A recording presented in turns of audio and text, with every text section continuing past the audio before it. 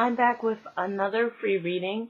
Now, this free reading is dealing with a woman. Her name is, I'm going to call her Clarissa.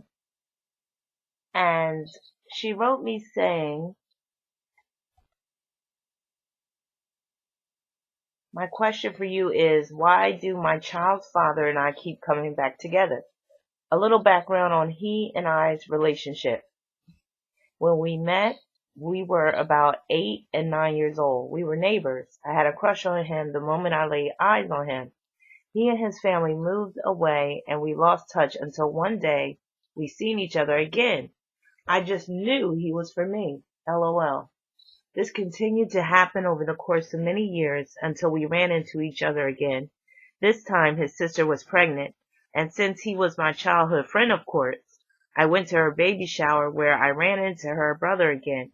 I remember telling him I'm not that same little girl that I used to ran and giggle every time he came around. We had sex a couple of times and boom, I'm pregnant. Mind you, we weren't in a relationship, just sex, that's it. Of course, I thought me having his child, I thought he was going to want to be in a relationship with me. Didn't happen.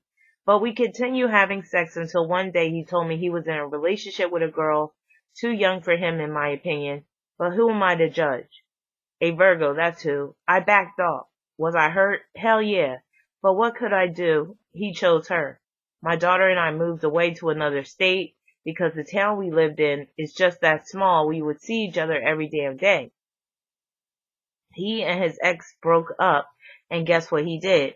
Came calling, telling me he fucked up and he wants to do right by his daughter. I was fine with that because I didn't have an active father figure in my life. His mother gets diagnosed with breast cancer and I came back home to my hometown so my daughter could be with her family. But with me coming back, I started messing with him again. I've been back for 4 years with no commitment. Am I wasting my time or should I hang in there? My birthday is September 9th, 1986. And his birthday is October 29th, 1984. Now, that 29 is part of the reason why he keeps coming back to you, but there's other reasons that are evident in the both of your charts. So let me just go to your chart first. Now, part of the reason why you keep going back or accepting him back is because you have Venus conjoined to Pluto in Scorpio. And that is like a rerun aspect. It's like a regeneration of a relationship is where a relationship really never dies. It could keep on reviving itself. So you just have that hookup naturally in your chart. And then you got Mars and Capricorn, and that can make you nostalgic for the past. And then your South Node is in Libra, and that just makes you naturally inclined to want to be in a relationship at all costs. Even if that relationship is not full-fledged, if it's not a full-on commitment, all that, like you said. So you just have this hookup in your chart where you're just prone to be in a situation just like this. Also, you talked about you and him knew each other from way back, and that deals with your Chiron and Gemini because you said you went to school together, I believe. Let me go back to your email. I know you said you knew him ever since 8 and 9 years old. You were neighbors. That's that Gemini influence. Interesting. Yeah, so y'all go way back. And Gemini rules neighbors. So, and it also rules the early part of your life. Like Gemini very much does deal with the early part of your life, including, your early schooling and all that. So your Chiron is in Gemini. You have Gemini on the 7th house cusp, and they are both entwined to your Libra South Node. So that right there can deal with where, you are going back to a person from your past as well, because Gemini has the potential to do that as well. I always like to say Gemini always likes to keep people in their back pocket just in case they should get the feeling again to want to rekindle that relationship. And that's exactly what's going on between you and your daughter's father. So that Gemini, the Chiron and Gemini and your descendant, where it's enshrined to that Libra South Node, it's like, he's ready made. you can always go back to him. And then it's, you know him already, so it's not like you have to acquaint yourself with this person and all that type of stuff. So it makes it really easy, but at the same time, you're not getting what you want, that full-fledged relationship. You can look at that Chiron trine South Node as really being like, I'm going to be in this relationship even though it's just a semblance of a relationship, and I'm just going to make it work, and it works out for me. And you can get away with doing that if don't want much, if you don't want a full-fledged relationship. But if you do, then obviously you're like on that hamster wheel. So let's get into his chart. So he has it pretty bad as well with that Scorpio energy. He's a Scorpio Sun. His Sun is conjoined to Pluto. So he's just naturally inclined to do this whole, rerun, and let me go back to this point in time and let me see if I can rectify things. Let me see if I can revive this. Let me see if I can, turn things around. And then he has his South Node in Scorpio conjoined to his Mercury and Saturn.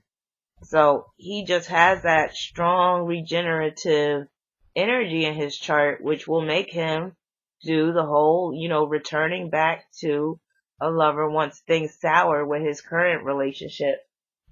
He has Mars in Capricorn just like you. So again, the whole nostalgic for the past. Now, what's interesting is when I put your two charts together, your moon is conjoined to his south node. So you got that Scorpio moon. It is conjoined to his south node. It's pretty close. So this lets me know that this is a south node relationship. And south node relationships, they consist of people who typically were together in a past life, so you could call them soulmates, but a lot of times there is karmic debt that has been incurred that needs to be worked out in this current lifetime. And through the working out of the karmic debt, a lot of times the people won't stay together. A lot of times the South Node relationships result in a lot of hurt and pain, and there's always something, some kind of trade-off, or it could just be a hot mess. So knowing that this is a South Node relationship, not just your moon is conjoined to the South Node, your Saturn is too. So that deals with, again, going back to the past and trying to revive that dead relationship. And, you're the go-to woman for him. He feels like he can always go back to you, which is a problem. He shouldn't feel like he has that type of privilege with you. Your Pluto is conjoined to his Sun, and it's like, that's like y'all are attached at the hip. It's like y'all are fused together. So it is going to be very hard getting him out of your system. Y'all have some other aspects as well. Oh, I forgot to mention, your Venus is conjoined to Pluto, like I said before, but it's ancestry square to your Jupiter and Pisces. And that can deal with where you can't move forward. You are trapped in this situation. And while you have these hopes, your hopes continue to be dashed. Hopes, wishes, hoping, wishing, praying, all of that doesn't work. And you're just stuck in this merry-go-round situation. So you asked, am I wasting my time or should I hang in there? You are definitely wasting your time. You got that Aries North Node, which means that you're supposed to be about new things. You're supposed to be about, doing something that you haven't done before, and you keep on doing this rerun thing with your daughter's father, and you're just going to continue to be frustrated.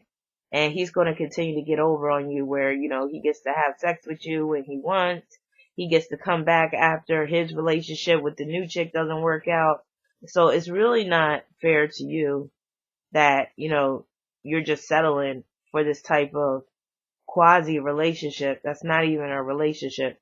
So it might take a while to really wean yourself off of him. So I'm realistic. I'm not going to be like, oh, just stop dealing with him. That, cut him off.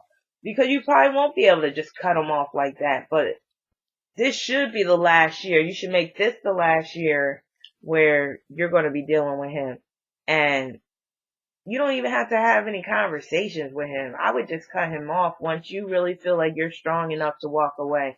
And that might take a few weeks. It might take a few months. Hell, it might take till December But you need to make it a goal, like, this is the last year I'm going to be settling for less.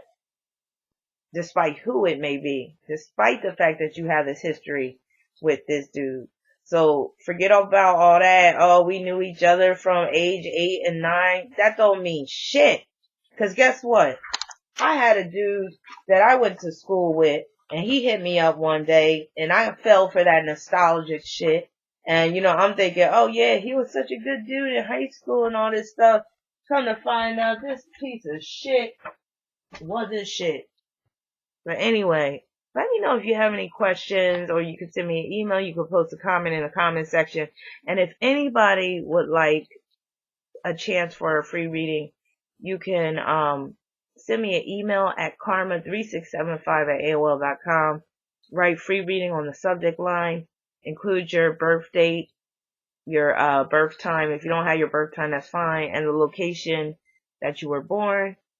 And you might get selected for a free reading. But if you want a reading now, you could go to my website at rabina.com. Peace and many blessings. And I'll be back with a few more free readings. See you later.